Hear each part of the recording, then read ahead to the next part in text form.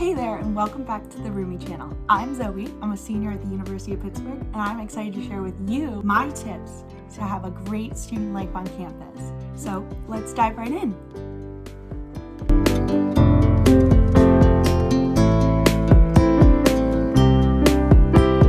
Welcome to college. If you're watching this, you're probably a freshman, and your bags are packed, your essentials are bought, you've loaded up the car, and you're excited to get to your dorm room. Let's talk about a few things you can do to make sure that the first few weeks of college are a success.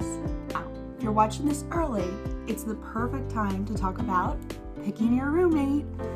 If you have the option, I definitely recommend researching and talking to possible roommates to get to know them, and I've found that that situation normally works better for people.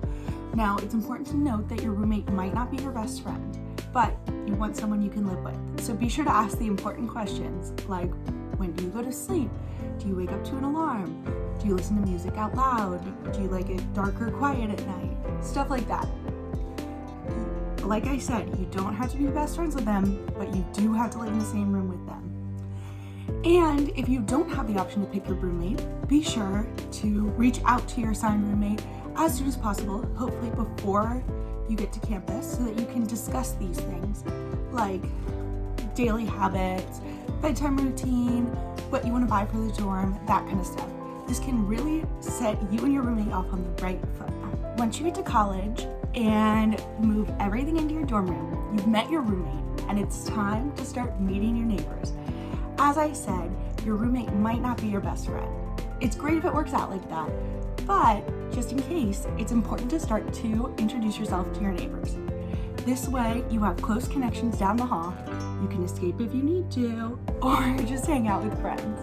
I know I met my best friend next door because she left her door open. So I highly recommend leaving your door open that first week that you're on campus so that people will come in and introduce themselves.